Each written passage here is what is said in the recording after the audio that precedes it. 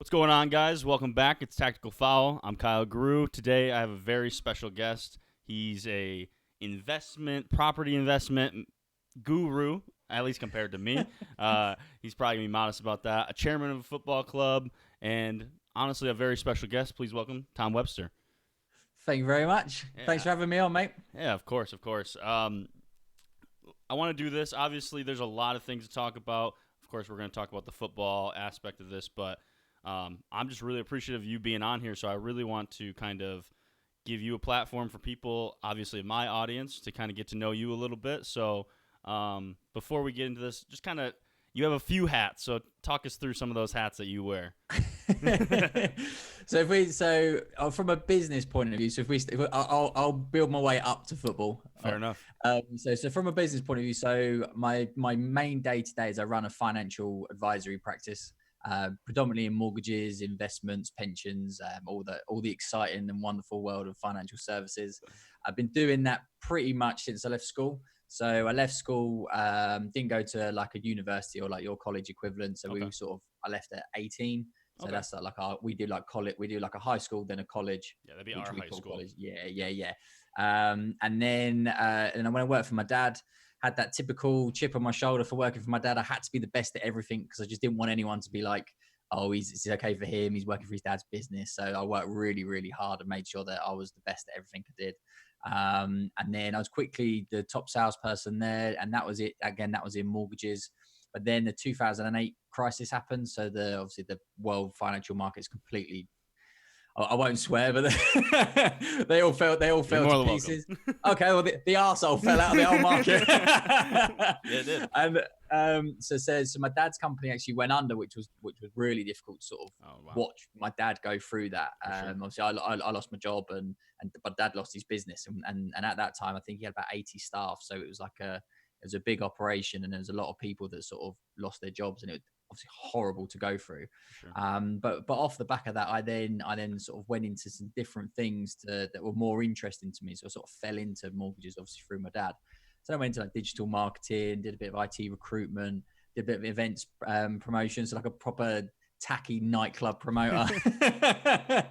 So did that for a bit, run some nights, which were really good fun.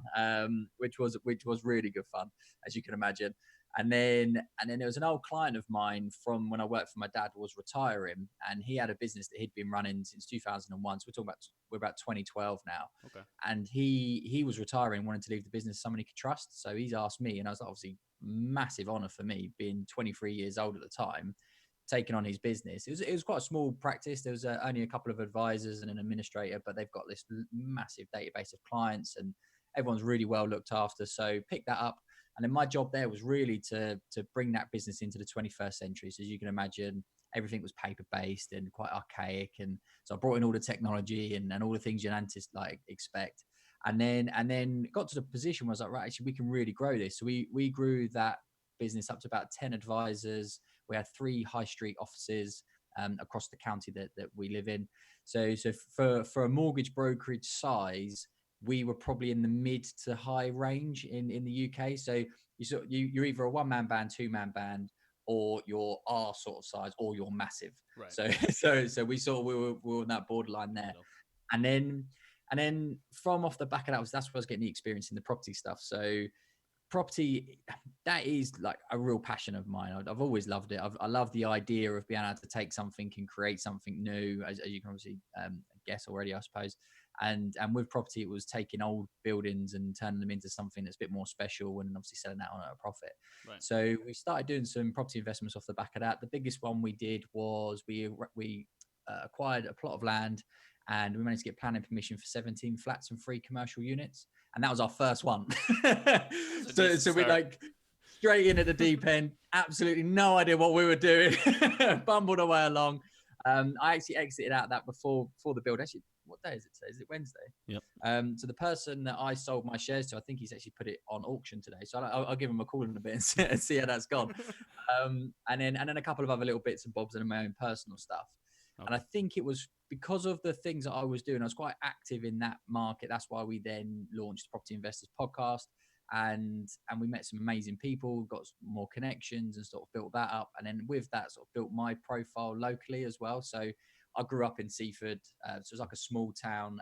Anyone that's sort of familiar with the geography in England, you've got London, and then if you go straight down south and you hit the sea, that's pretty much where we are. Fair So enough. I always said you're northern if you can't see the English Channel from your bedroom window. There you go. So we're about as south as we can get. But I went to Seaford Primary School, Seaford Head Community College, Seaford Sixth Form. So I stayed in the same sort of town, but I moved out. But my real roots were in Seaford. Born and bred, right? And then where we get to the football, this is where the interesting bit. So I was on a night out with a friend of mine, and obviously had a few drinks, and we're having a good time. And he's like, Seaford are looking for a new chairman. Do you fancy? And I went, no. I went, there's absolutely no way on God's green earth am I going to do that. I'm far too busy. I haven't got the time, and the commitment's massive. So there's no way. A few more beers. Oh, yeah, well, that sounds quite interesting. A few more beers.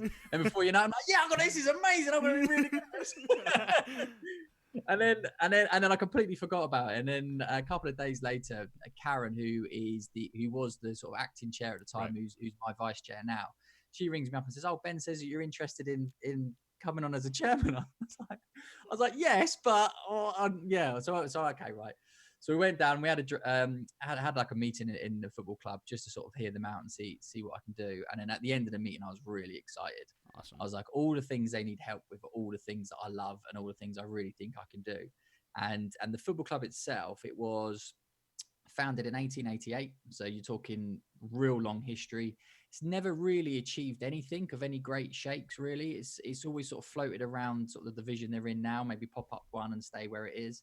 If you look at the tier system, so in England, you've got like Premier League, then you've got your Championship, and then you've got your league football. Then you go into non-league football and conference, and we're technically non-league grassroots. So by the time you get to sort of our level, we're playing in our county. So you're probably talking maybe about 100 miles, 50-mile radius, sort Okay. of where you play another club. So predominantly in the southeast. So we don't go into London. We don't really go too much far west, but we just sort of stay in the southeast of England. And we never really pushed any further than that. So then I thought, well, there's a massive opportunity here because we've got a town that's about 30,000 people population. Oh, wow. Which is a fairly large town. It's the biggest town in our sort of district. Right. And then if you look at our district, there's a town called New Haven and there's a town called Lewis. Now, New Haven's smaller than Seaford, but has got a better football club with better facilities. And Lewis is a bit bigger than New Haven, a bit smaller than Seaford, but has a really good football club. So they're of that national standard, but not sort of, you're not talking like league football. You're still non-league, but national non-league. And they're a really, really good side. So I'm sitting there going, well, we've got the biggest town, we've got the biggest population, yet we've got the worst football team in our district. So this is an opportunity here to really carve something out of it, because we should be at least competing at Lewis's level in my eyes. So we'll come out of this meeting. I'm like, right, let's go for it. So then that brings us up to modern day, to where we get to the football club. Awesome. Yeah, you got obviously a good story. It sounds like with basically everything, it's just like, yeah, let's do it, and it's kind of what it is. Obviously, sometimes you need a little encouragement, whether it's liquid or not, and it works out. But no, I obviously I did a little bit of research, obviously, on Seaford. Not gonna lie, I think I'm not alone in saying that I wasn't familiar with the club and whatnot. No, you're probably of 99.9% of the world's population, so that's fine. I think you guys are, like you said, probably like, to kind of like give it a tier. I think you're right around like the 10th tier of English football or something like that. I think that's about where, when I was looking up the where it was, I think that's what it was saying. And then obviously, I think when you were talking about not much success, I think. Yep. Oh, I think we might have cut out. Oh yeah, no, still there. Yeah. There we go. Awesome. Got it. I think you guys went up twice in like the 80s or so, and it's kind of been, like you said, pretty similar from there. And but I can kind of see that in the last couple of years, obviously the kits have changed and different things like that. I mean, people can talk about it being just aesthetic, but I think it's just kind of more of a statement of like intent, like, hey, we want to do things. We should probably at least look like we're going to do some things. That's the bare minimum, right? Like I think it seems like a clear statement of intent, and it looks like you want to press on. So I guess with that, obviously the jerseys, they look phenomenal. The kits, all the stuff is cool. But what is, when you kind of think about it down the line with you in charge as chairman, or however you want to view it, what are your ambitions, like true ambitions for the club? So I think with the club, because obviously it's been around for so long, Right. that the way I look at it is I'm only looking after it for my short period of time. Right. So For I sure. want to leave the club in a better position than I found it. Absolutely. And I think that's like a legacy type mindset. Is I want to make my stamp on this football club, and then hand it off to the next person for them to make their stamp, and then they're going to move on and move on, because as you know, football clubs are generation after generation, and Oh, they absolutely. last for centuries. So it's really delicate, and I've got to be really careful that I don't mess it up, because you've got hundreds of years worth of history, and I don't want to be the one that ruins it all. Right. But I think, going back to your question, where I really want to be doing is I want to be getting us to that Lewis level. Okay. Is I want to be just around the semi-pro. I think that's for the size of the town that we are, and for the amount of time that it's going to take to get to there, and me and my sort of life, and what I believe I can achieve. I think that's a sensible goal for me to have. If I was to say I'm going to get us to Premiership or the Champions League, it's just not going to happen in my lifetime. Unless someone comes in and says here's 100 million, Right. For sure. then if someone did come in and said here's a load of money, then you could. There's a lot of things you can do to get to National League standard, and get up to sort of competing just below the Championship, and you could probably do that in about 5, 6, 7 years. But to without money, you're not doing that. So if you're doing it from a community point of view, which is very much what the club is, Right. it's bringing the community involved, and it's locals that are supporting it. They'll all have their second team. They'll all have, like, I'm a Spurs fan, and you'll have Arsenal fans, Man United fans, but then they'll come and support their local team, which is Seaford, to get up to sort of the standard where you are the only club that someone supports, or that thing. That takes money and that takes energy, but you can get a pretty good standard of football using the community's input. And I think that's where I see my goal, where my vision is getting up to the standard of Lewis. Oh, that's awesome. And I think it's kind of a cool thing because, like, obviously being here, we don't have that. Like, I mean, we have professional clubs. I mean, I don't have one in Michigan. Really, we don't have promotion relegation, so it's not the same thing. So you don't see as many clubs, but it is cool to be able to provide that in a community. You know, like, I'm from obviously our states are as big as your guys' countries, right? Oh, Like, so bigger. yeah, a lot of them are bigger, right? And so, like, I come from a city that isn't, I think, is like in Michigan, which is not one of the bigger states. I still come from a city that has like right around 40,000 people. Yeah, so it's like my city is bigger than yours, and like we don't have that kind of profession, any kind of real club. We have very local youth clubs and things like that. And so, like, in my head, like, what you're doing is great because the community's involved, but also that it's kind of a little bit next level of football where everyone can kind of enjoy and be together. So something that I've always really found interesting, I've always wanted to know, so I'm going to ask you, Kyle, is what do adults do for sport? So if you wanted to compete in football as an adult, so you're just a normal guy Yeah. and you want to play football. Do you want to, am I allowed to call it football? Is it soccer? Or is it You're good. sacrilege to call it football? No, you're good. You're good. You're good. So if, let's say that I'm 25 years old and I want to play football competitively in America, how do I do that? Does that exist? Yeah. Well, I guess I suppose I'm perfect because 25 and I. So what we yeah, right. So obviously pre-COVID and whatnot. Even during kind of, but what we have what we call men's leagues. And so it's not like you go and like try out for a team or anything like that. It's just I think the best equivalent is like what we call like Sunday league football, right? Like people turn up. You have like your own little team, usually of your friend group and whatnot, and then you play in the like some kind of organization puts on a league. Yep. But that won't, if you're really, really good and you keep winning and keep winning, you wouldn't ever get to you wouldn't get to MLS. No, never. The best thing that you have, like, so we have we have a few semi-pros. Like we have actually technically a professional club in Michigan now.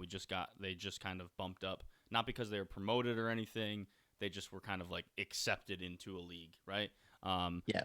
which for a lot of my friend group is a struggle because like we are like we want to progress, and I think competition breeds success typically. Yep. So like staying in the same place, which is what the model is right now, is kind of not what I believe in. But yeah, so like we our team did well. Yeah, we're just gonna stay. And then honestly, what that ends up doing is you have the same teams win every year, and so then what Yeah, you yeah, see of is course. you see teams like, well, I don't really care to do this. I'm getting a little bit older. I don't want to have to like compete that. So like there is a little bit levels you can do like open, what they'll call it, and then they'll have like the over 30 leagues, like the whatever it is, that kind of stuff. But that's kind of the best it gets, unless you Because that will be the game changer, wouldn't it? If America got to the point where so for example, so Seaford could be in the Premier League. right You exactly. know, and so, you know what I mean? So we're a small non-league club that's got we get about 150, 200 people come and watch. But technically speaking, we have a pathway to get all the way up to Champions League football, Premier League football. If we win every single season that we ever play and we just keep getting better and better, then Right, we for could sure. actually effectively play against Man United. Right, exactly. And I think that's so interesting that you don't have that link between. Yeah, it's honestly I mean, I'm not saying like I would be a part of it or anything, but it is frustrating because like you can see like I guess the question is like where would the motivation really be to really Yeah, to invest in things like this, like besides like because I think I talked about this on like the last episode that we did, is like anything with football has to have some kind of like passion and love behind it. And yeah, like when it's all monetary, you can just see like it's kind of lifeless. And so like that's kind of what I think at times we get here. And so it's a little bit unfortunate. I think the best thing that we do have is our youth systems, yeah, because there is a lot of like we can kind of like especially when you get people, I don't want to like people around me, the people in my club, like we can instill the passion of the game and that kind of stuff into these kids, and then hopefully they can progress the game further than we were able to, and those type of things. And that's really all we can control right now, because unfortunately, yeah, there's no real pathway. It's just kind of like you either there or you go somewhere else, and it's like, wow, that kind of sucks, but it is what it is right now. because of the size, the sheer size of America, I suppose the MLS is effectively like a Champions League, really, isn't it? It's almost like Yeah, it's all the best teams from a state rather than they're obviously they're cities, but they're pretty much just a state-run team. yeah, I suppose the only way you guys could have pathways, like so in the United Kingdom, you've got England, Wales, Scotland, Northern mm-hmm. Ireland. So each of those countries within themselves each have a league. But so someone from Wales couldn't effectively get promoted to a point where they played in the Premier League because it's Yeah, different countries. But then when there's competitions, there's into sort of country competitions and stuff. But I suppose I suppose the only way you would ever get to that point is if you had a Michigan State league that your grassroots could effectively go all the way up to, and then your MLS becomes a Champions League style. So you play against the best team of each state in yeah. an America wide competition is probably the only way that could happen. Yeah, the only way that I kind of looked at it is like with your tier system, right? Like counties.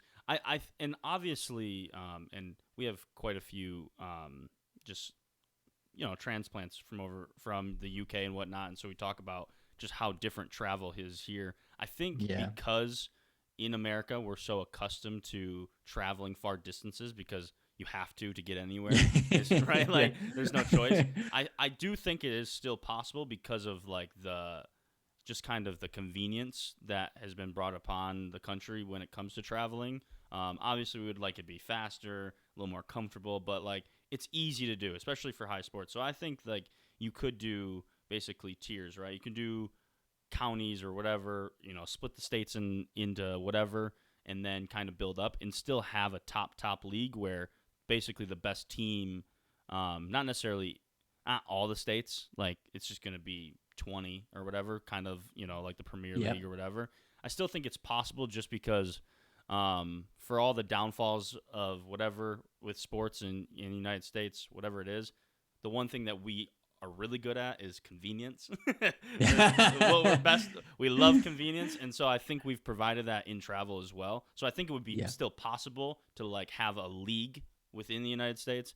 Obviously, someone much smarter than me would have to figure that out, but I like to at least believe that it's somewhat possible.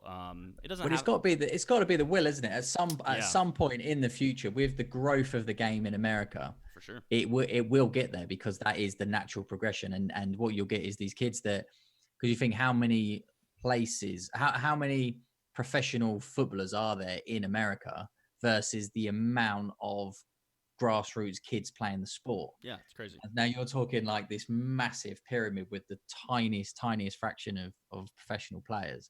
Yeah, That when you're, well, obviously from what you're saying, you sort of get to the end of your grassroots and you're playing competitive, but not particularly yeah, like, not, it's competitive football because you're in a league, but it's not getting you anywhere. It's not, no. you don't have the long-term vision of, if we build the club to be able to do this, at some point we can get ourselves to there. Yeah, the only thing that you can really do after like grassroots or youth is like play college. Yep, yep. But I mean that ends after 4 years, right? Like it's not something you can continue to do, but then the thing that happens with like, and I'm not saying you don't have to pay there, but like what happens with men's leagues, it's like you're paying hundreds of dollars to play in 8 games, and so Yeah. like again, it's great, and I'm gonna continue to do it because I love it and I want to continue to compete.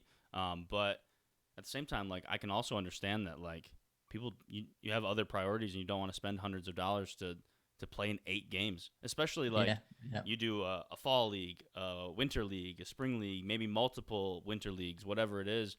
It gets expensive, and I think that's probably the biggest problem we have in the United States is like we just like to price people out of everything. It's like there's so many kids like and like I love my club, don't get me wrong, like I obviously wear it and stuff like that, but you know I would love there's so many kids that kind of miss the boat because and it's not just soccer, it's not just my club or anything, it's just travel sports in America is just so expensive that like, Yeah.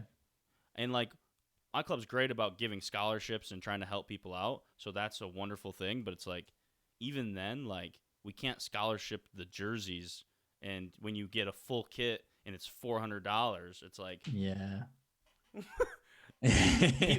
people can't put food on their table. They're definitely not paying $400 for a Nike pullover, right? You know what I mean? And so like that's the tough part. There's a lot of obstacles, and like I think that's the biggest obstacle that is in the way is like people have to see it to as a financial like plus for them to really care. And it's like, all right, well, we have to get our priorities. Like we can't say we want to be the best, like we want to go win a World Cup, but then if like money matters more, then obviously that's not really the true end goal, right? So Yeah. it's a weird thing. I think England kind of had not necessarily the same stuff, but they obviously for a little while had I think have been questioned on their priorities as well.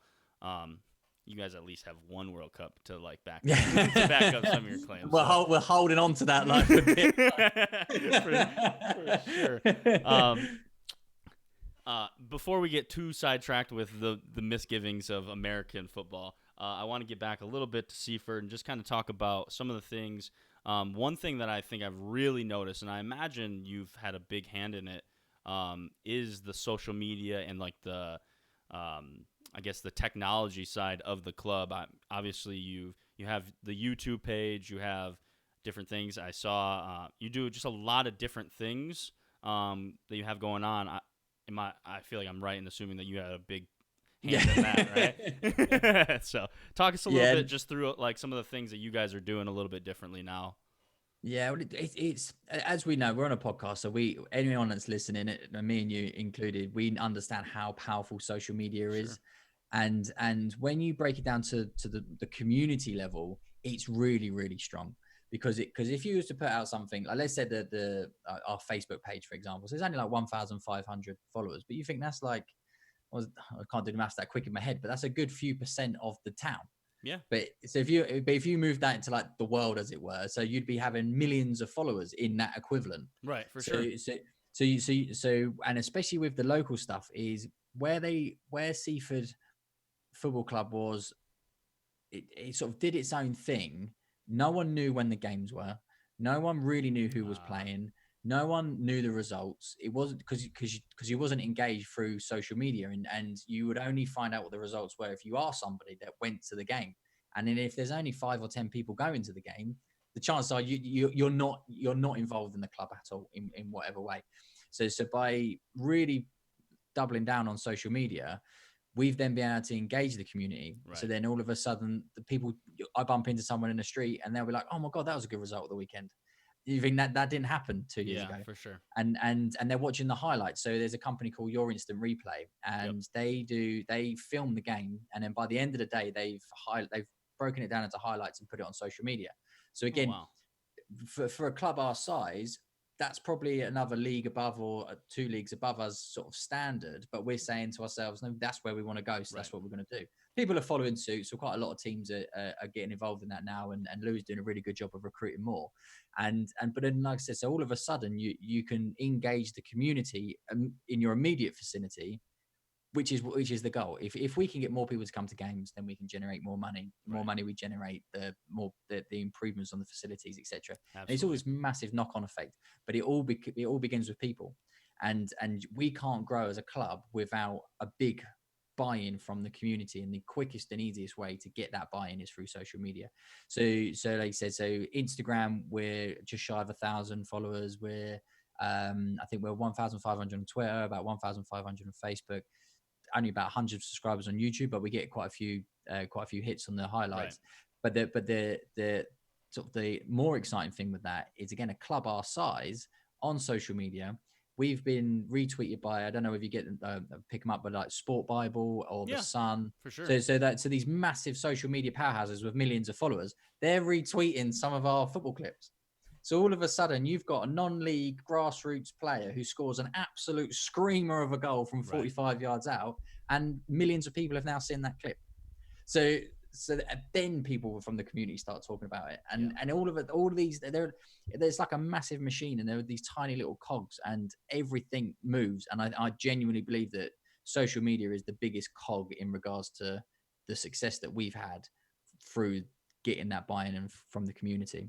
Yeah. And then what it then does is, when we're then asking the community for something, because we've given them all of this content, they tend to come back and say, actually, yeah, no, we can help you with that. So silly things like we have a real trouble with the ground. So we've got our pitch, and we play on, it's like a public park, but it is a football pitch, if that makes sense. Right. We've got the pitch itself is fenced off, but we really struggle with the actual maintenance of it because it's owned by the council. So we don't own our own pitch. So we rent it from the council, even though we've got sole use of it and no one else can use it and all that sort of stuff. But the contractors that run it, they're an absolute nightmare for us to deal with, because we're this tiny little football pitch in this massive government contract. They just don't look after it. So for us, we were like, right, well, we need to do some work ourselves. So we'll buy a mower with a roller so we can flatten the ground, so we can try and improve the pitch over time. So we put up a thing, and then within about 2 days, we've raised like £1,500, like £1,500 to pay for this mower. And then you're like, oh, wait a minute. and then I don't know whether you saw it, but give you a bit of sort of like a bit of politics. So in the UK, a lot of kids that are from low income families, they'll get free school meals. I presume it might be something similar to where you guys are. Yep. And then what was happening is, in the holidays, they don't get these free school meals because they're going home. And people are struggling, exactly like you said. COVID has been horrific for pretty much the whole world. So you've got these parents that are struggling anyway, and now they've got the kids are out of school for a longer period of time, and they've got to feed them during the day, and sometimes these kids don't get fed. Right, for sure. So England international footballer Marcus Rashford, he's a big campaigner. And he's brilliant. And he's a big campaigner for free school meals. So in the last half term, which was sort of October, November time, his campaign was to make people aware that the government, I'll rewind a little bit. So what they had done is, during COVID, over the summer holidays, the government was actually giving coupons to the families to be able to go and get food, which is fantastic, which is great. It doesn't completely solve the problem, because sometimes these parents are sort of not feeding the kids with these coupons, they're doing other things with them. So there's a political argument in there as well, which I won't get too heavily involved in. But they stopped the coupons when the schools returned. which is fine. Like, you can understand why. But then the argument is that these kids are then going to come once the issue's been highlighted, then we can actually go, yeah, before they never got fed in half term. But that's not the answer. Yeah, right. So what Marcus Rashford did, he put out this campaign to try and get the coupons to be extended, and the government said no. But the government, what they did is we've got universal credit. So it's like our benefit system. So if you're of low income family, or if you're unemployed or whatever, then you'll get a certain amount of money from the state to tide you over. So what he was saying is that kids on the low income families weren't getting these coupons during the school meals, but we want to extend it so they do. The government said no, but they said what we're going to do is we're going to increase the amount of benefits you get. But again, that comes back to the argument that people are struggling. They're going to pay their mortgage, they're going to pay their rent, they're going to pay for the electricity. That doesn't actually necessarily mean the kid is going to ultimately feed for that school holiday. So local businesses, restaurants, all got involved. And then I think we were actually the first football club in the country to put our hands up and say, we want to help. And Marcus Rashford was retweeting all of these different things. And then it kind of got a bit of a snowball effect. And again, we talk about the power of social media.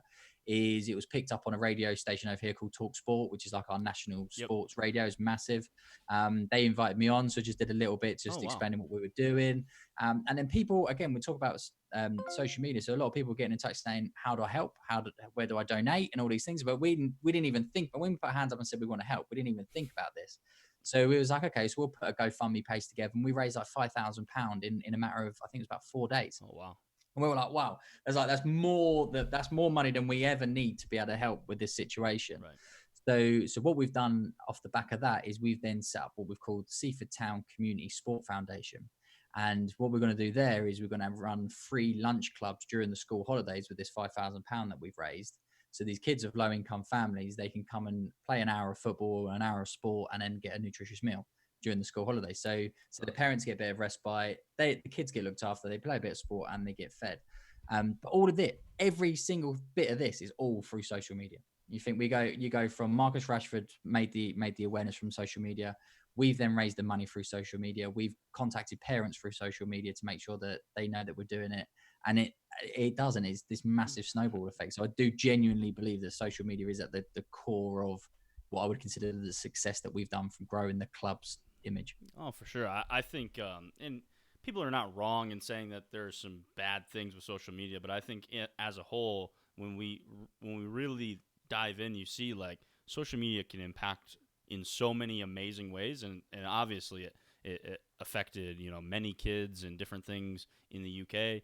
Different things, different campaigns have happened here, obviously, with all kinds of things. And yeah, I think the one thing you were kind of saying is like, the power of going viral on the internet is immense, right? It changes people's lives. You look at the guy that was doing the skateboarding, the longboard. Right. He's doing videos with Fleetwood Mac. It's insane. He's bought a house. He's from one video. And that's the story of a lot of people, right? Like we can.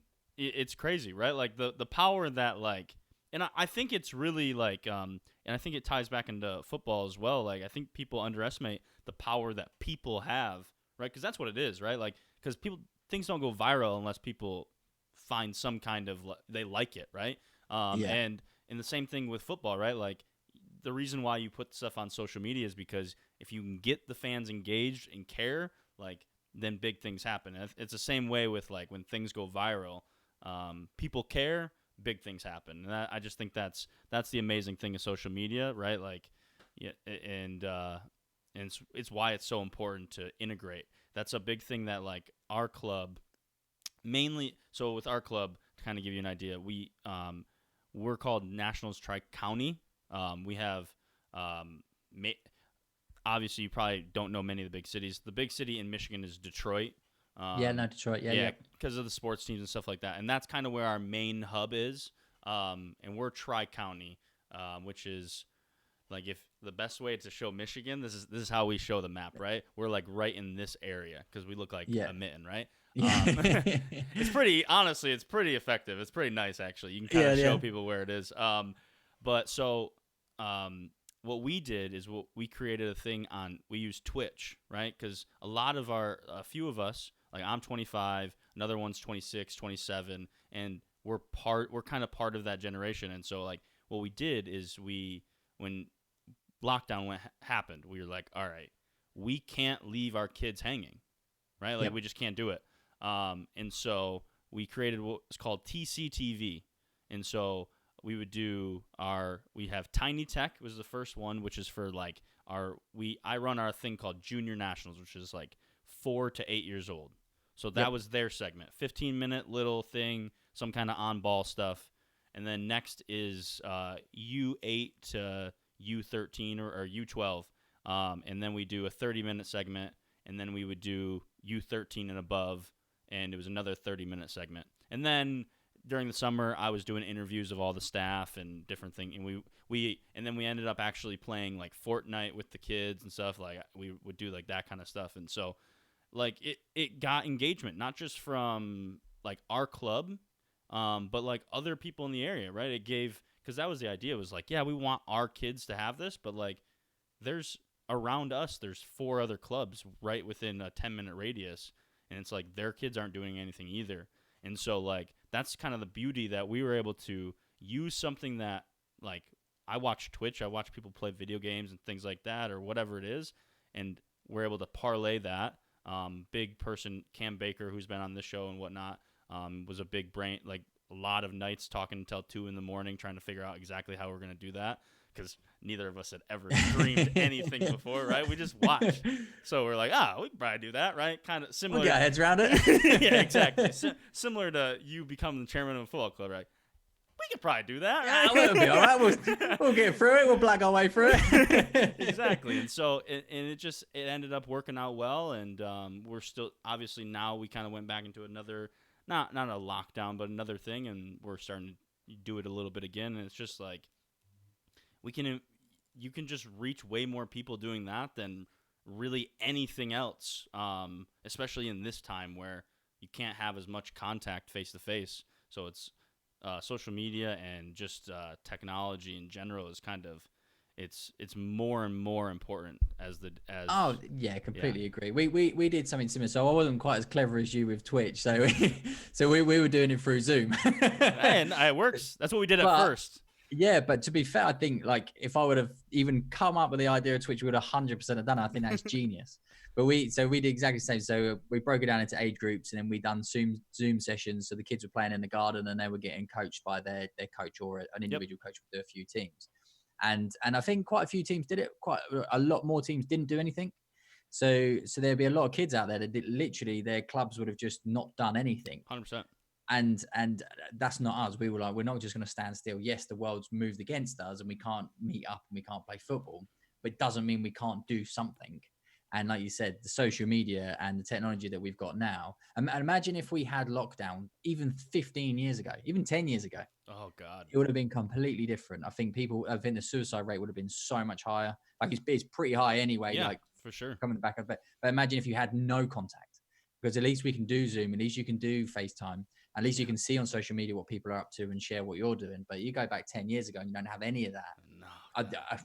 15-year-old me would have been going nuts. I would have played so much Xbox. Yeah, to be fair, 15-year-old me would have been playing Call of Duty like crazy. Yeah, massively. Yeah. that is true. That is true. So I guess this can kind of parlay into this, because I wondered, obviously, as you guys are progressing, with the new presence on social media and different things like that, and obviously you have a presence of your own where you have connections. Has that led to any like new partnerships and different things for the club and things like that? Totally. Yeah, absolutely. Totally. So sponsorship before me it was probably a lot more charity based. Okay. So it would be, and it still very much is. I'm not taking it away by any means. It still very much is. But what you would get is a parent would sponsor the youth kit for the team. So you have one of the parents would be a business person, put their logo on the front. Right. So you see, like on the Zoom behind me, said PRW Brickworks. So he's actually the first team manager, but he was a sponsor before he was the manager, and there was some stuff that ultimately led him to become the manager. And then a lot of it was like this charity. So the match day program that we do every Saturday when we're at home. It was all the local businesses will put it in there, but they never really got anything back for any of this. Okay. This was very much charity based. It's a Right. local club, and they needed to do it, or else it would disappear. And Seaford had gone through sort of peaks and troughs in its history where it was a big club, and then a lot of the youth teams separated and dispersed, and then there was a separation between youth and senior, and then it come back, and then merged with some others. So there's like a whole history before me. For sure. And then by the time I took over, it was like a steady ship. So you had the first team, an under 18s and under 23s, and then a full youth section. So you had the full team by the time I joined. But like I said, that the actual sponsorship side of things was very much charity based. Right. And then I genuinely believe now, and again going back to the social media stuff, but even so outside of social media, like people are wearing the stuff in town, there's more people coming to the games, all of these sort of things, is all of a sudden we can actually give back to these businesses. So not only are you spending money with us to help us, but we can help you because we will raise your profile. Right. So a really good example of that is on Saturday. I don't know if you haven't seen the video, you've got to go and hunt it down. All right. But we actually imported it from America, so we've got a new mascot. Ah. So we so we did a competition for again during COVID, trying to think of what we could do to engage the kids. We did a competition where the kids drew a mascot, and the club's never really had a nickname. There's a bit of history with the Badgers, but that's about it. But no one. It's a bit of a shaky history. The club's never really used it, but some people called it, and I think it goes back to one of the kits was white and black at some point. So we've never really had like a mascot character, as it were. Right. So we thought it'll be quite fun and see what it is. So the kids all put their drawings in, and a young lad called Harrison in our under 9s, he won it with a seal that he drew. And I'll give you a little bit of a story. So sorry if this is a bit boring, but in Seaford there was have you heard of Banksy, the artist? That does for sure. Yeah. So Banksy's like a secret artist, and there's one in Seaford called Planksy. So what he was doing, he was making like they were like birds made out of wood, but like 2D birds, but like really colorfully painted. Huh. And then all of a sudden one morning there was all these birds all over the town, and no one knows who did it. No one knows why they've done it, but it's absolutely incredible. So we have Planksy. And then every now and then a seal will pop up on Seaford Beach. It's not native to where we live, but just every now and then they'll just be on the beach and be like, oh, there's a seal. Yeah. So this kid Harrison, so he's drawn Planksy the seal. So if I go back to where I come from, so we did a video on Saturday where we went and announced him as the winner. So I'll explain through the video. So we got 3 of the kids to sort of do a little bit in front of camera. So you got all these under 9s, like 8 years old, 9 years old, and they're explaining the drawing that they drew and why they drew it. And then it gets to Paul Harrison, and he goes, I drew a seal because of I see them on the beach and blah, blah, blah. And then all of a sudden, this massive mascot creeps up behind him and grabs him on the shoulder, and he absolutely dies. The poor kid, he's like absolutely shocked. He's like, oh my God. And you've got to watch the video because it's so funny. Oh, that's great. His little face, you can see, is absolutely delighted. So now we've got this mascot. But again, the reason I'm telling this story is that we could only afford that mascot costume because Mark Patton from CWJ Landscapes gave us the money to buy the costume. So he's given us, I think it's about £500. So it's a lot. Again, it's a lot of money for the club that we're in. So we talk about it's probably about $600. I think that works out roughly. I think. Yeah, something like that. I think it's that way. And then so we imported this massive seal costume. I actually think it's a baseball. Is there a seal that's in baseball? And I think it's like New York way, because I think it is like a. I'm trying to think. It'll come to me because I think it's like a mimic of him or that character. Seal. If it's New York way, I mean, there's the thing. There's millions in America. Yeah, and that's the thing. Especially if it's in baseball, baseball's actually got like there's so many teams because it's not the same because you can't raise up. Yep. They're called farm systems. So, like, they're owned. Like, each professional baseball team, which there's like 30 of them, have like 6 different teams underneath them. Wow. Kind of like reserves, right? Yeah. Like feeder club type scenario. And so the lowest, like, there's actually one here in the area. They're the very lowest. They're called what's called the farm. It's a farm system. That's what they're called. And they're the very lowest for the Los Angeles Dodgers, who just won the World Series. And so baseball is tough. So like I'm like a pretty good like I know I have a lot of useless knowledge and I like a lot of sports and things like that. So like baseball's that one where there's just too many teams for Too me. many. That's the one where I'm like, I don't know that I can tell you that one. Yeah, but so we've got this seal costume, but where when I'm giving back to these sponsors, so we've got a lady called Georgia who does our videography, so she should put together videos Okay, and yeah. stuff for us. So we did this video. So we've got Mark on the video as a sponsor. You got the obviously the comedy of the kid absolutely losing his mind Right. and all this stuff. But then that goes on Facebook, that goes on Twitter, that goes on Instagram, that then gets on YouTube and it gets shared around. And then all of a sudden, the sponsor's name is everywhere. Now, if you go For back sure. before, if you would have asked for anyone for 500 quid for a mascot, they would have all said no, because Yeah. it's like, well, there's no point. Do you know what I mean? And no one's going to know I've done it, and it's not going to go anywhere. Only a few people are ever going to see it. Where now there's the potential of there's a potential of millions of people seeing it. Because again, if it hits that viral train of this kid losing his marbles, it could Right. go somewhere. Yeah, for But sure. but as long as you get a nice buzz around the town, and obviously he's going to go in, the mascot's going to go into schools and pictures with the kids and all that sort of stuff. So there's a buyback there, but that can only come when you have a community of people that are supporting you and following you. And again, that's what you're saying about the whole, has the sponsorship increased massively. We've got sponsors boards all around the pitches. We've got people who sponsor the stand. We've just had someone who's actually going to sponsor the clubhouse. So he's going to have naming rights on the clubhouse and do a big development there. So best way to describe it is a bit like a dive bar is probably the wrong word, but you imagine like the size of like a normal sort of like small bar. Probably get about 100 people in there, but the kitchen's quite small. We've got a ladies' toilet and a men's toilet, but we haven't got disabled facilities and we haven't got wheelchair access and things like that. So as a community club, that's really important for me, that everybody can enjoy the football. So the clubhouse sponsor has come in, and what they're going to do is they're going to make the kitchen a bit bigger, so we can actually put a commercial kitchen in there, make the ladies' toilets bigger, so we can put a disabled toilet in there, and then the men's toilet a bit bigger, just so it can flow a bit quicker, because there's plenty of men in there, as you can imagine. Yeah. In and out. Yeah, but then the other thing there is what I always want to do is, when we're asking for money for anything in the club, is I want the club to be able to become self-sustainable off of itself. I don't want it just to only be sponsorship that keeps us alive. For sure. It's a big part of the money that we make, but we can't have it to be everything, because something goes wrong and then it just stops. So by having a clubhouse that we can then hire out for functions, and if we've now got a commercial kitchen that we could actually open as its own takeaway.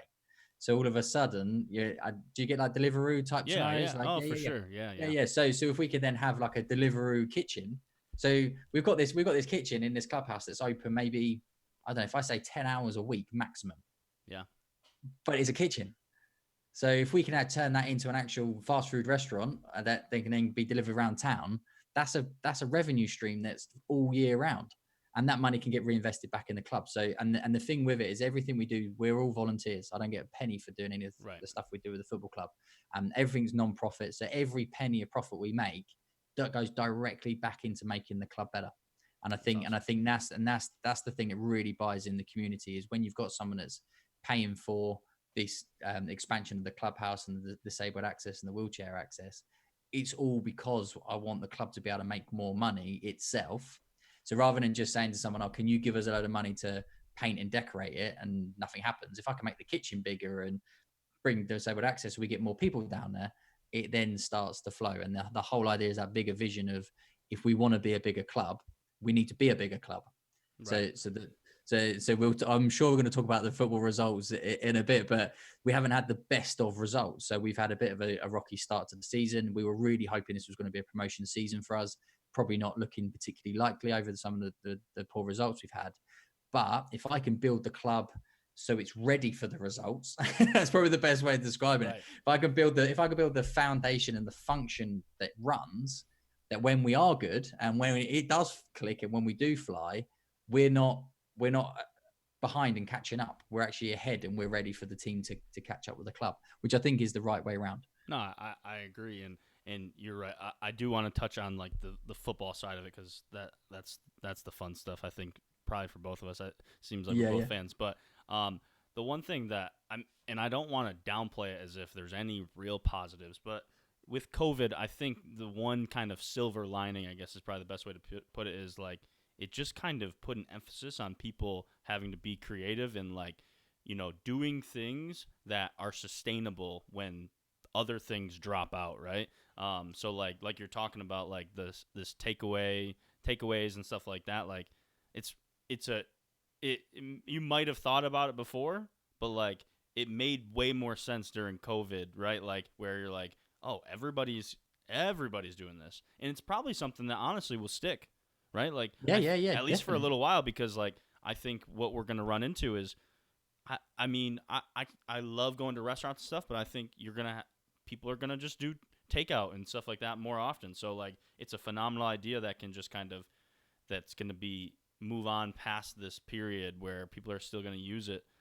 So I think that is the one thing, right? Like I said, like I did this podcast because, look, it was April, and I'm like, all right, I have nothing going on. I've always wanted to start a podcast, and I was like, I have an iPhone and a laptop. Let's Like, do let's do it. it. And I think the cool, like, that is like, of course, COVID's been terrible, and I think we'll talk a little bit more about it. But it has provided so many creative things from so many people, and way more beneficial and creative things from many different people than myself. So I think that is kind of one thing, and it sounds like it's not necessarily. I don't want to say worked out again. I don't want to downplay it, but No, I understand where you're coming from. but I think for you and the club, it sounds like you have found a way to like kind of use this as like a step to like kind of like create different things for your club that I imagine like are gonna keep going, right? Like I know Oh, definitely. I've seen some of your videos like with like I think I don't know exact. I know like you do like the raffle and stuff, the raffles and stuff like that. Like that's something that it makes sense to do now, but like you could take that and do it after this. You could do it in person when we're able to do that kind of stuff, right? Like it's just it, the creation period that's happening right now is a cool thing that's happening, and I can see it from you guys as well. Yeah, definitely. Like you're saying, so you've got to find the silver linings in everything, haven't you? So, Yeah, like you said, I'm not going to take downplay it. COVID has been horrific. The amount of people that have died, the people have lost their for sure. businesses. So I'm not going to try and make it sugar coated. It's been awful. Right. But if you're going to try and take any positive out of a massive negative, it's exactly that. It's the ingenuity. You almost, it's like the adapt to survive. Is Yeah. you've got no choice but to come up with new ideas because you otherwise you're going to do nothing. Yeah. And like we were saying earlier, most football clubs didn't do anything. I don't see anything similar to what we're doing. And again, we're not anywhere near as well supported or financed by some of these other football clubs, but we're doing more than they are. Yeah. And we're generating more content. Like you said in the 200 club draw that we do. So 200 club. when I joined, I think we had about 140 people in the 200 club. So the idea is that you pay £5 a month, and then every month there's a prize draw, and the club pretty much keeps half of the money, and then we distribute the other half to a load of different people. I think Okay. we had about 150 people in the club when I joined, and I think we're about 240, 230 people now. Oh, nice. But so what they used to do is they, at a committee meeting, they would draw the balls and then let people know who won. Right. So then what would happen is everyone would be like, is my ball even in there? Like, there's no way. Like, I've been in it for months and I've never won anything and all this sort of stuff. So that got me thinking. I think, well, how do we get out there? So then you look at Facebook Live and you say, well, we'll just do the draw live on Facebook Live. And since then, we've had loads more people join it. It makes it a bit fun, and it's an excuse for good content. Yeah. And then the other thing we did, so when, I'm sure it happened in America as it did over here. As soon as COVID hit, Zoom quizzes turned into like this phenomenon where everyone was just playing quizzes online. So what I did is I set up a quiz, a weekly quiz on Facebook Live from the football club. Okay. And we raised, and it was pretty much about £150 every time we did one. And again, to give you an idea, it costs, if the club does absolutely nothing and we just have to pay for our insurances, electricity, like the absolute baseline costs is roughly about 150 quid a week. Oh, so yeah. and at a time where we can't earn any money because you can't ask for sponsorship, you've got no football playing, you've got no youth happening, you there is no income. Right. The government was really good with grants, to be fair. There was a lot of financial support and bits and bobs that we were able to get hold of. But I was thinking, right, let's do something. So then we do the quiz every week. You're doing this live quiz, and I think had about 150. I think the best quiz, about 200 people engaged on it. Oh, So again, you're nice. doing this Facebook Live video. You got 200 people all in the comment section. Da da da da da. But as much as it was really good fun, it actually raised the profile of the club again. It engaged the community. It said that we're here. We're not hiding away from anything. And like you said, like you're engaging and you're saying, right, we've got this COVID situation, but how do I use that to our advantage? And then the other thing we've got with COVID is, and especially with non-league football, where the major stadiums are all closed, and you're talking even probably up to, well, at one point there was no fans in anywhere, but we, fortunately for our standard football, because you're only talking about 150 200 people go to Right. watch a game. We when football returned, we were allowed spectators straight away, so we never had that no fans in our park, as it were, Right. in our ground. But if you say that, so then New Haven's the league above us, they were allowed spectators, and then if Lewis, I'm pretty sure Lewis is the league above them, they're not allowed. So we're not too far away from that line that's Right. drawn that says you're too far up the tier system to have fans. So we're pretty much on that. We're that lucky thing. But what happens there is, if no one's going to watch the major Premier League, no one's going to watch National League, then you have to come and watch us if you want to go out and have a beer and watch some football. So we have this really small window to impress people, Yeah. because you've got to say, right, well, you have to come here, so you might as well. So that's your first that's your first step. But then you've got to want them to enjoy themselves, and you're going to want them to come back. And I genuinely believe, like, if you look at the attendances that we're getting now. So last night I went down and watched the football. Freezing cold, probably on the cold. Wait, it probably gets a bit colder in Michigan, but it was pretty cold here, and it I was believe it. like yeah, and it was frost on the ground. So let's put it that way. They're playing football and the ground frosted, and I probably hazard a guess that maybe about 100 people were there. And you think that's a cold Tuesday night at the Crouch, and you've got 100 people there. So and hopefully, if the football's entertaining, which it is, the result didn't go our way, but the football was good. But you can have a beer and you can enjoy yourself, and we've got the mascot, and there's a thing. The snowball effect will still start to come. But again, talking about silver lining, without COVID, would we have innovated as much as we did? Would we have gone on Facebook Live as much as we did? Maybe, maybe not. You just don't know. But it definitely was the catalyst that made us think, actually, well, we need to do more. Yeah. So I think I think sometimes that's what we all need, right? It's just like a little spark. And a lot of times those sparks come from like bad places or whatever, bad Yeah, times yeah, or yeah. whatever. But it's just that like it's that push that kind of starts the momentum, right? Because momentum's everything. You get some Yeah, momentum massive. Yeah, yeah. and you're going. So, and I think this is perfect time, with momentum or whatever. Obviously, you have momentum on your side as far as all the things around the club. Talked about it, maybe not as much on the pitch, but talk. I guess talk to us a little bit. Obviously, like you said, 99.9% of people probably don't know about your club. Tell us a little bit just about how like the first team works and stuff like that. Yeah, yeah. So you've got, obviously, loving aside, men's senior football, etc., etc.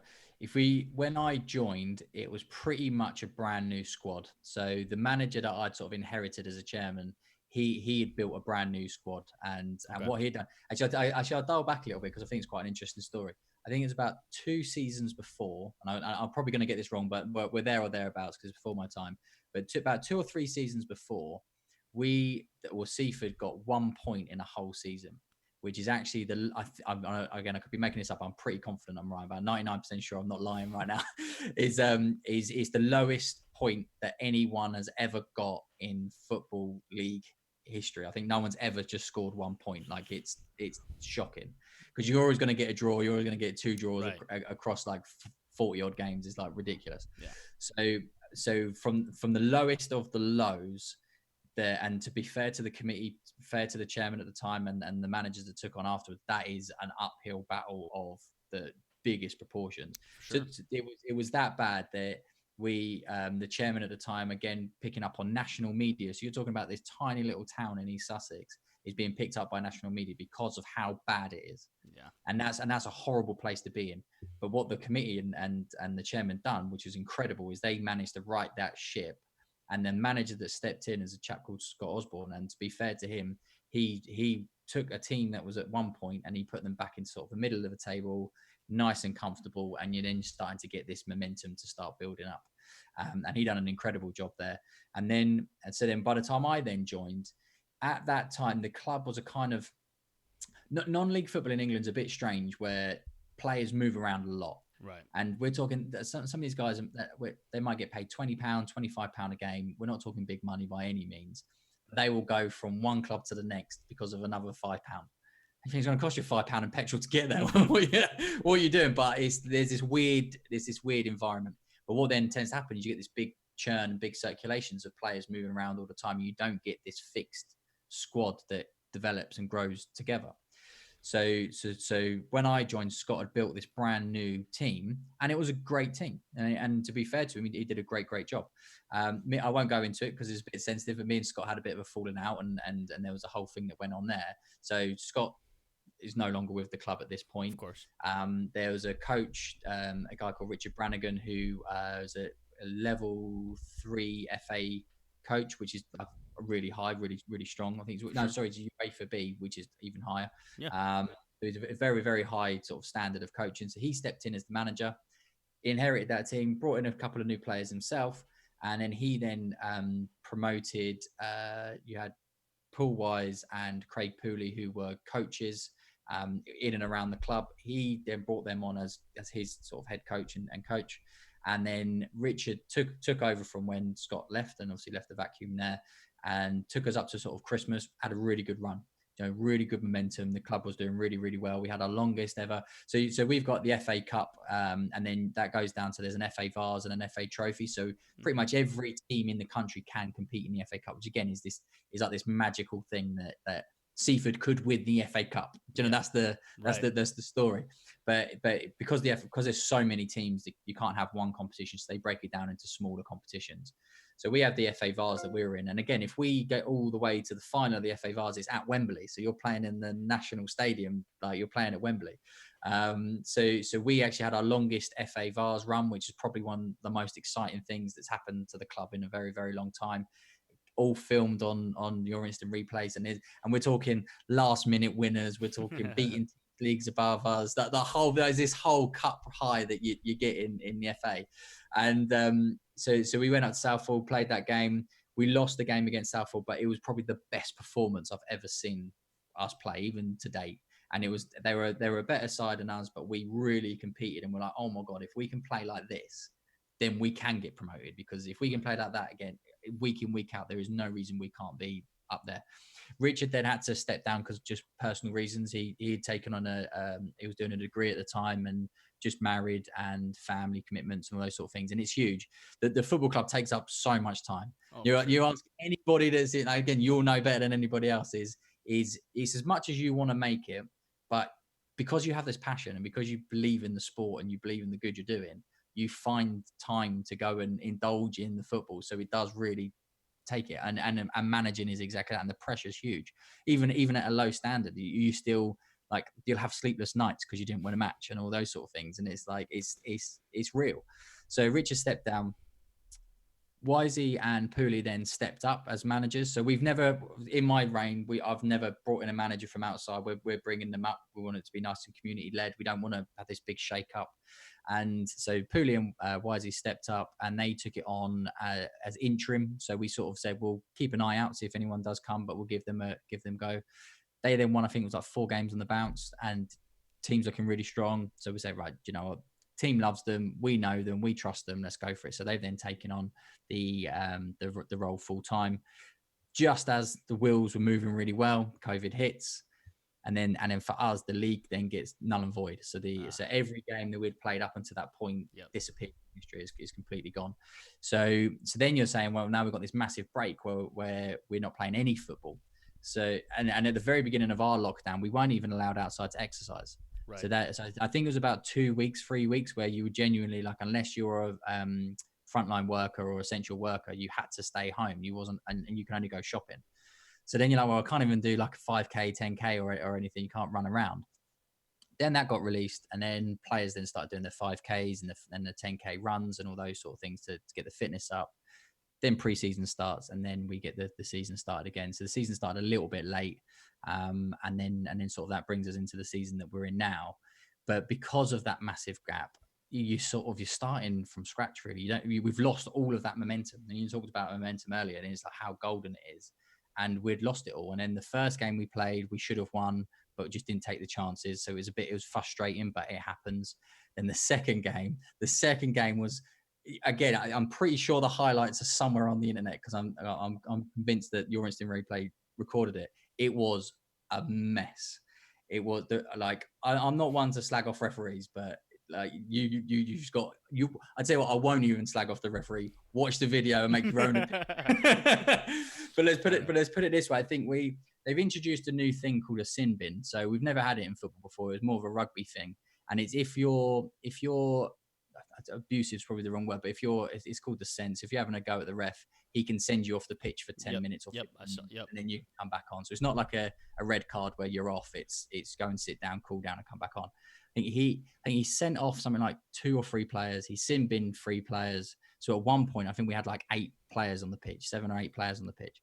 And like this whole thing was a mess. And honestly, it was every decision that was made. You're like, oh my God, stop making these decisions. God, please, just you're ruining the game. Because unfortunately, it was a really good game of football. It was like both ends and it was really competitive, but it was just decision. And I'm probably going to get in trouble for saying all this because the FA, if they listen to stuff like this, you can get in trouble. But I'm only telling the truth. I don't think the FA is listening to this. I'm going to be honest. I'd like to believe they are, but I don't think we have to worry about that one yet. So that obviously put a massive sour taste in your mouth, and we took another loss there. And then I think we lost the next game. So then you're talking, we've had 3 losses on the bounce, and this is the season we're meant to be competing for promotion. Right. And then I think we had a win and a draw and a bits and bobs, and the wheels started coming back again. So we're like, okay, right. And then I think we'd won 2 or 3 on the bounce. So again, you're talking, right, we're in amongst it again. And then we have the FA Vars match against the team in the league above us. They're in the bottom half of that league. So if we want to get promoted, they're the sort of teams that we need to be at the level of. So we want to be competing against someone like that. Go over there. We go 1-0 up. Fantastic. Nice and controlled game. Pretty even. We've taken the chance. And then everything just fell to absolute pieces. And we lost 9-1. And it was the most embarrassing football match. And then I'm comfortable to say, because all the players will completely agree, that any of them that are listening is like, everything fell apart. The whole thing was a mess. But the frustrating thing is the day after, a new lockdown started. So then you have this month off. So we're left on this hangover of this absolute tragic defeat. And then we've got a month of stewing on it. Fair play to the players. We were allowed to do one-on-one training. So they were doing one-on-one training. They're doing their 5Ks, the 10Ks to keep fit. So doing everything they can. The managers then brought in a load of new players. So the idea is to shake some things up and try some new things out. And then we played last night.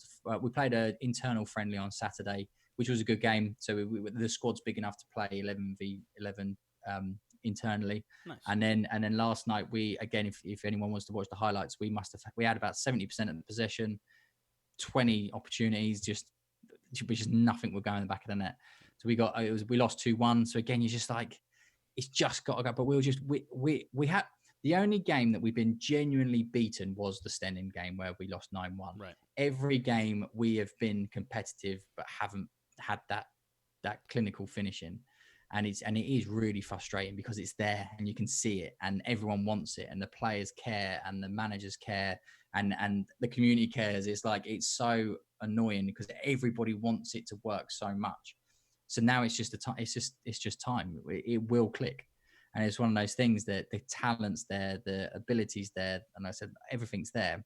It just needs that one little bit of spark. So obviously you knock that on the head and you look forward to Saturday and hope this is the restart of the restart of the restart. Right. Yeah.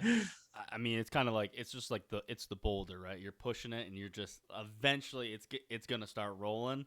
Yep. And unfortunately. And when it does, it's going to bang. It really is. Yeah. I think, like I said, we've got from the off pitch stuff, there's so much foundation now. I think we've got a really good club. I think we've got some great supporters. We've got everything's there. And the team's really good. There's loads of talent, and it just needs that little spark, and then it's whatever we want to make of it from there. For sure. One thing I guess with just because I'm not familiar with it, kind of like I think we kind of are in the same boat with each other, where we're just not familiar with how sports in general work in our countries. But um, how do you guys go about recruiting these players? Are they just locals? Are they obviously? I know you said that you get like 25 pounds or whatever. Obviously, they're not making careers out of that. But how do you go about that? So a little bit of a mix. So your youth players tend to be local and from the town, Right. or if not a town over. So up to sort of like under 18s, under 23s, that tends to be highly localized. For Get a sure. few people coming in from outside, but by the time you get into the first team, I think we've probably only got about 3 or 4 players in the first team that are actually from Seaford. Okay. So there is a big, like I said, with this whole where they move around and they do the things, is it's very much Sussex based football. So you'll have someone that lives in Seaford that will be playing in East Grinstead and blah blah blah blah. And they'll all be dotting around. Okay. So it comes in different things. One is massively is the relationships between existing players that you've got, players that they've played with before, Right. players that they've played against that they recognise that are talented. Then you've got the managers themselves. They'll go and watch other teams play. Some teams might have scouts or people that are on their side that will go and watch non-league football. Obviously, where we've got so much of the games are being recorded now, you just got to go on YouTube, have a little watch, and say he's a good guy. Let's go and watch that. So there is, as much as it's grassroots and everyone's doing it as volunteers and there's no money in it, the passion is exactly the same as the Premier League. Is Right. you almost have the same sort of structures, a very frail, like volunteer based version, Yeah. but you're still trying to be a club like a Premier League club would be. You've still got someone that's doing the videography, someone's doing the social media, you've got someone that's running the bar, you've got someone that's the club secretary, the treasurer, da da da da da. You have all the components of a bigger club, just a smaller version of. And it's the same on the football side of things. You'll have someone that will go out and try and spot some talent and bring them in. But it is strange because from a chairman's point of view, it's really tough for me because I can't have really an opinion of the pitch because there's got to be that divide between on pitch and off pitch. Yeah. And I don't ever want to be seen as I'm meddling, or if I can't say, oh, why did you sub him, or maybe you recruit this player in, or all of those things. That's not my business. And the minute that I start saying that stuff, then the manager's just going to turn and go, well, you bloody do it then. so we have to be really careful. But the good thing for that is that the people that are doing that are much better than me. Is I'm not a manager. I'm a chairman. Like, I'm doing the thing that suits me, and then the reason that the managers do that is because that's the thing that suits them. Right. And I think when you can't merge those two, I think everyone's got their specialisms, and it's always really like when you're on the sidelines, I can't say like, what the fuck? What's that? You say it in your head, right? yeah. So completely. I've got all the opinions in the world, but it's not my place to say. for sure. Well, I mean, if your scouts are ever looking for a slightly out of shape, chubby center back, center mid, I'm here. Definitely. Well, if you're ever, obviously, if you're ever in the UK, then you've 100% got to give us a call and obviously come down and have a kick about and come and watch some football. I can't wait. That is obviously it becomes a little more difficult with everything going on, but that is a trip. But hopefully after today, I think was it today that the vaccine started, or today or yesterday. So in the UK, we've started issuing out vaccines. Yeah, I know that you guys started issuing them out. The United States is working on it. I think the biggest obstacle that I had witnessed was I didn't witness personally, but was that they were just the cooling of it, right? Like it's got to be frozen. That was the tricky part, just figuring it out. And I think that kind of goes into like with like you guys, it's such a smaller area, so like you don't have to worry about it as much. But like to travel over states, right? Like from us to get to, from me to get to Ohio, which is not, or Indiana. These are literally states that touch us, but for me, it's a 4.5, 5 hour drive. That's a state that touches us. So like, so I think that's kind of the thing. So, but yeah, obviously, hopefully with that happening, things start going, and I would love that. Absolutely. Well, if I'm ever there, we'll definitely get a hold of you for sure. There's no doubt about that. Yeah, definitely. And again, vice versa. So talking about COVID, is my plan, or me and my girlfriend, we were gonna travel around America. Okay. So we were gonna mainly do the West Coast, but I think we was gonna fly into like Texas, do a bit of Texas, and then fly to like San Diego and work our way up. Nice. So America's very much on sort of like the radar of where we want to travel around, and I want to see all of it because it's all so different. It's like Europe, isn't it? Every country is completely unique. Every state. Every state is so different. I mean, obviously West Coast, you're gonna have, depending on where you're at, but like California, obviously that's kind of the hotbed of tourism and stuff like that. You're gonna have some really good weather, not a ton of, like, depending on where you're at, not a ton of rain or whatever. Go a little north, lots of rain, so you'll be really accustomed to that. Yeah. If you go to Portland, if you go to Oregon or Washington State, it'll be just like home for you, pretty much. Maybe a little bit warmer, but other than that, it just rains all day, and that's about it.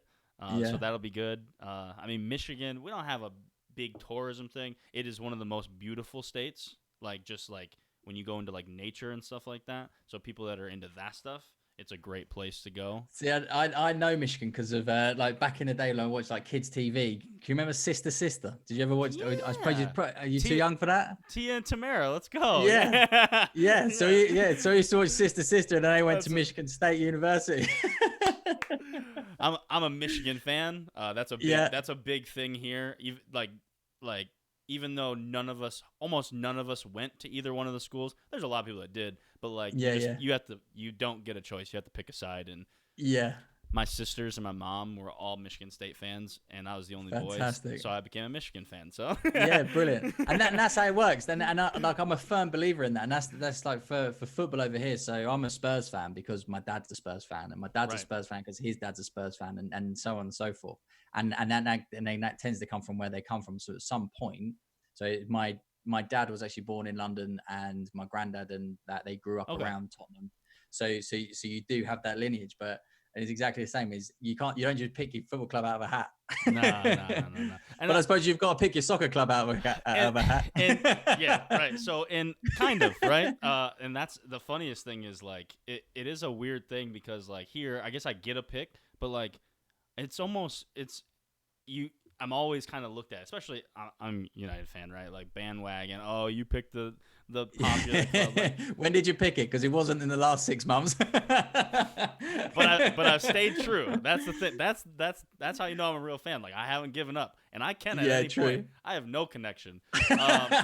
No, like 02, 03, and like look, how can and actually the funniest thing I say is like.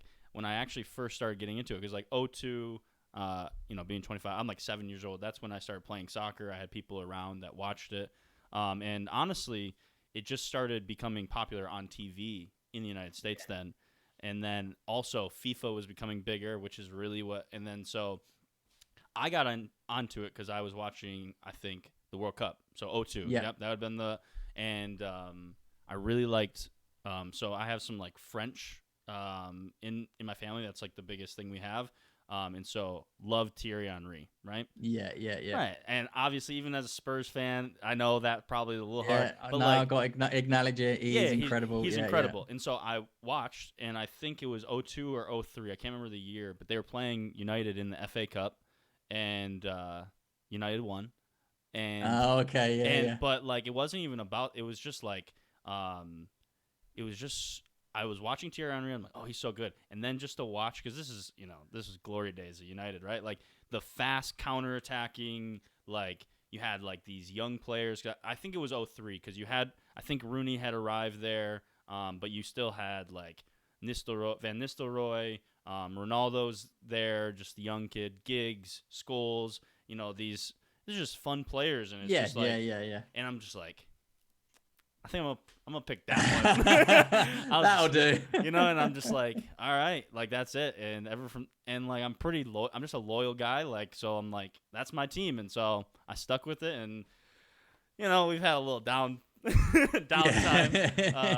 but it's an interesting thing where like it is kind of out of a hat because I don't have a choice. I could support the MLS, I won't, but But yeah, it is cool in a way that like I get to pick, but I do think the one thing that I think going back, like you do miss that, like you have this connection, right? Like you have a connect. Your dad, your grandfather are fans. Like that's a really cool thing to be able to share. Yeah. that we don't. It's just a disconnect, which is why like it is cool in the United States to have all these other sports that you kind of have that with, right? Like, um, the big one is like my dad, like I said, not a not a soccer fan as he would say, right? Not a football fan or anything, but big baseball guy. Loves Yeah. Yeah. baseball. Comes from that generation, right? Um, so we can share this like we go to Detroit Tigers games and stuff like that, and we can share that type of stuff because he passed it on to me, his love of it, right? Like can show me all the cards he collected when he was a little kid, and I imagine it's the same type of things you probably had with your dad. Oh, And massively. I remember, I'll tell you a story. I remember, so again, it's like where it's entrenched in you from a kid. Like yeah, you're born and you put a Spurs shirt on before you can even stand up, for sort of sure. thing. And I think I must have been about, I must have been about 9 years old, and I was playing football. I went around my mate's house for dinner, and he was a Newcastle fan, and I was in my school uniforms, and then he was like, we were playing football in the garden, but I was like, well, I don't want to get my school uniform ready, so I'll borrow a shirt. So he gives me a Newcastle shirt. And then in my 9-year-old head, I played like really well. I was like, I was scoring every goal. And I was like, oh my God, I'm like really good. And it's like, must be because of the Newcastle shirt. So I've gone home. I said, Dad, I want to be a Newcastle fan. He goes, you can choose any team you want in the world. But I am never going to buy you a kit. You're never going to watch it on the TV. I'm never going to take you to a game. So, but you can choose whatever you want. I went, nah, I'll stick with Spurs. So 9-year-old, he did you the knew. full, yeah. The full dad just went, yeah, no, you can be whatever you can support whoever you want. You're just not getting anything. Oh no, I'll stick with Spurs. Yeah, no, we're gonna stick with that. Yeah, for sure. Yeah, No, yeah, yeah. that's no, I love that. And honestly, it's the as much as like I can share those memories, like right, I have like maybe not I don't have I wouldn't say similar memories because like we like it, we enjoy it, but like there's like the one thing that I admire the most is like there's just a genuine like passion for like these clubs. Like, nope, it's this or nothing.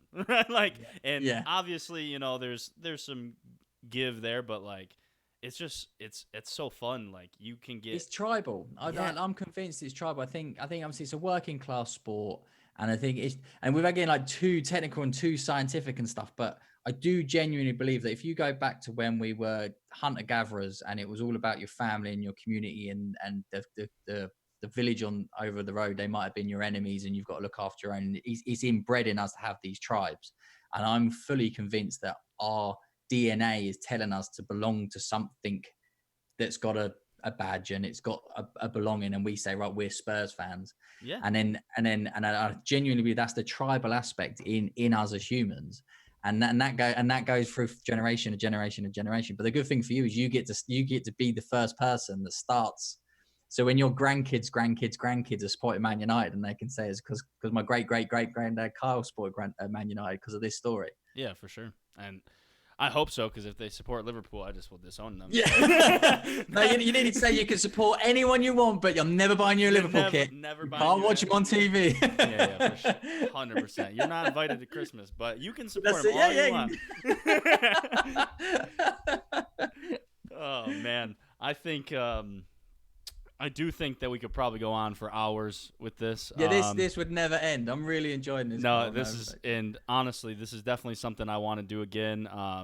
Again, I'm very fortunate that you ran. I mean, obviously putting myself out there just like you have with different, websites and different things for podcasts, which is again goes back to the social media, just kind of connects us all and stuff like that. And so, I do it for the same as you do. It's fun. Yeah. Like I love this. We've just had a conversation for what, like an hour and a half. Yep. Two people that would have never have met in a million years, and we just had like a really engaging, really fantastic conversation. And For I think sure. this, and that is the wonders of podcasting. That is the wonders of the internet and all those sort of things. And no, I really appreciate you having me on, and I've really, really enjoyed myself. Yeah, absolutely. And before we go, obviously, I want to make sure that everyone knows where to follow you, what to look for when it comes to the club, your podcast, those type of things. So I'm going to let you plug anything you want, and I'll make sure. Amazing. So yeah, so I should hopefully be quite easy to find. So Twitter's probably the place to hang out the most, which is just Tommy Webster _. It's the same for Instagram, Seaford Town FC. So at Seaford Town FC on pretty much all of the platforms. But if you Google Seaford Town or Tom Webster, I'm pretty sure you should be able to find me. But yeah, and reach out. Obviously, I love talking about football. I love being involved in it, and yeah, no, yeah, keen to talk to as many people as possible. And then on the podcasting side of things, so anyone that's interested in real estate, it's the Property Investors Podcast. So it's podcastproperty.co.uk is probably the best place to go to hunt that down. And we actually had a guy called Kenny Rose, who's from, I think he's from New York. Okay. He's just launching a thing called Franshares, where people can invest in franchises. So rather than having to buy a McDonald's franchise, for example, you can actually just invest in their company and they'll go and do the franchises. So we had him on the other day, but he was actually our first American guest. So am I your first British guest? And you are the first British person in Britain. I have a friend here. His name's Louis. He's from Newcastle.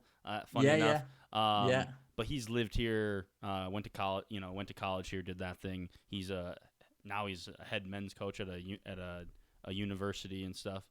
But yes, you're the first person I've talked to that is living in the UK. So, I mean, again, but honestly, one of the cool things that I was saying to somebody was like, this is the first person I've had on the podcast that's outside of my friend group, right? Or outside of my immediate circle. And like, it's kind of a new door a new avenue I'm taking with this. And it's a really cool one for sure. So, plenty, maybe not first British, but definitely plenty of other firsts that you get to be a part of. So that's a cool one.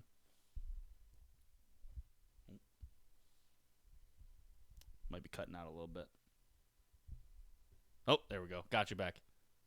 Oh, maybe not. There it is. Yeah. There it is. So like I said, definitely first for a few things. Maybe not first person born in Britain, but let's stay in touch anyway. Like, it'd be really interesting to sort of like see your story and see how your team develops and stuff. So yeah, let's stay in touch. Oh, absolutely. I mean, I'm excited to now I have another team that I can watch because you guys are less likely to get shut down, like you said, and yeah. The last shutdown, I tell you what, I was watching some obscure stuff. So I'm very excited to watch you guys grow, continue this relationship, and yeah, definitely look forward to talking again. All right. Awesome. No, thank you very much, Kyle. Absolutely. Guys, this has been Tactical Foul. I'm Kyle Grew. Tom Webster. Make sure you go check out him, his club, his podcast, all the things he's got going on, and I will see you guys next time. Thanks, guys. Peace.